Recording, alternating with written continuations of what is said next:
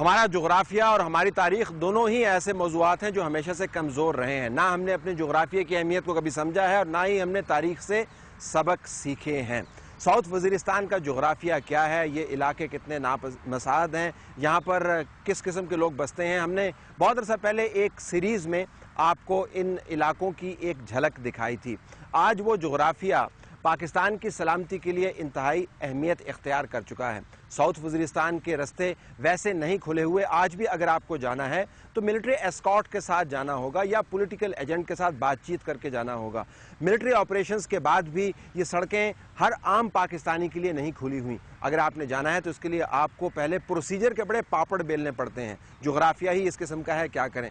تاریخ میں ہم اٹھا کے دیکھیں، 2004 کے بعد یہاں پر چھوٹے بڑے بہت سے آپریشن چلتے رہے۔ ہر آپریشن کی شروعات میں کہا گیا کہ اب ہم نے طالبان کی کمر توڑ دینی ہے۔ اس کے اختتام پر کہا گیا کہ آپریشن مکمل ہو گیا، ہم نے وکٹری حاصل کر لی، اور اس کے چند ماہ کے بعد ہم نے دیکھا کہ دوبارہ سے حالات خراب ہو گئے۔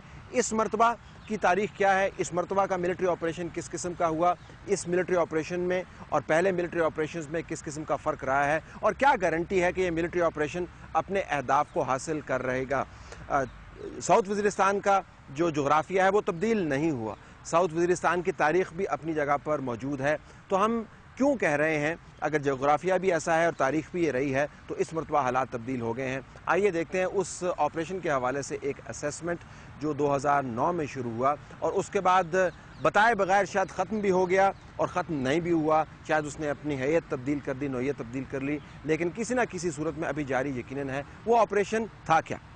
اس علاقے میں عمومی بہتری کے لیے بھی ایک طویل جدوجہد درکار تھی۔ 2009 میں راہ نجات کے نام سے شروع کیے جانے والا آپریشن بہت عرصے تک جاری رہا۔ اس آپریشن کی وہ تفصیلات جس سے بڑی خبر بن سکتی تھی، یعنی اندر کی بات، ہم تک نہیں پہنچی، کیونکہ جب یہ آپریشن ہو رہا تھا تو میڈیا کے ان علاقوں میں جانے پر مکمل طور پر پابندی تھی، لیکن کم از کم نتائج کا اظہار اس آپریشن کے عملاً ختم ہو جانے کے بعد آپ کو نظر آتا ہے۔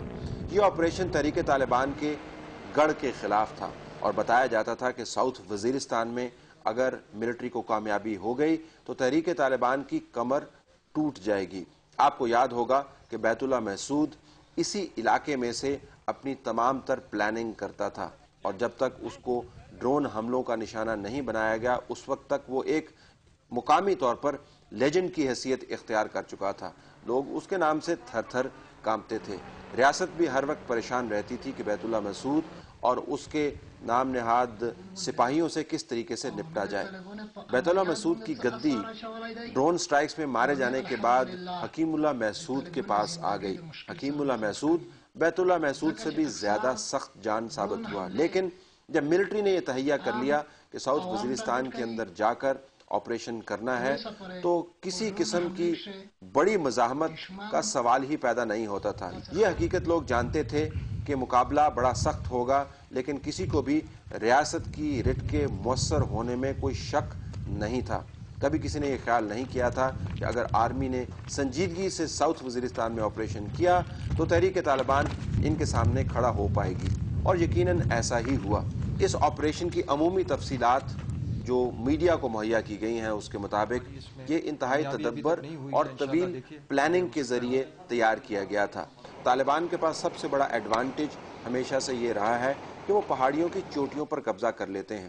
اس مرتبہ ان کو غچہ دیا گیا اور پہلے یہ بتایا گیا کہ گراؤنڈ کے اوپر لڑائی ہوگی، اور تمام کے تمام طالبان کی توجہ جب گراؤنڈ کی طرف مبذول کروائی گئی تو اس کے ساتھ بہت جلدی اور پھرتی کے ساتھ ساؤتھ وزیرستان کی پہاڑیوں پر قبضہ جما لیا گیا۔ 3 اطراف سے طالبان کے اوپر جب پریشر ماؤنٹ کیا گیا تو ان کے سامنے اس علاقے کو خالی کرنے کے علاوہ کوئی چارہ نہیں تھا۔ ہمارے پاس حقیقی اعداد و شمار موجود نہیں ہیں کہ اس جگہ پر کتنا خون خرابہ ہوا، کیسا گھمسان کا رن پڑا، طالبان کے کتنے لوگ یہاں سے بھاگ گئے، طالبان کے کتنے لوگ یہاں پر مارے گئے، اور اپنی کیجویلٹیز کیا ہیں۔ لیکن اگر آپ ISPR کی ویب سائٹ پر جائیں تو ڈیلی کی اپڈیٹس میں آپ کو کہیں نہ کہیں پر ایک عکس ملے گا اس تمام آپریشن کا جو یہاں پر تقریباً 1.5 سال کے قریب جاری رہا۔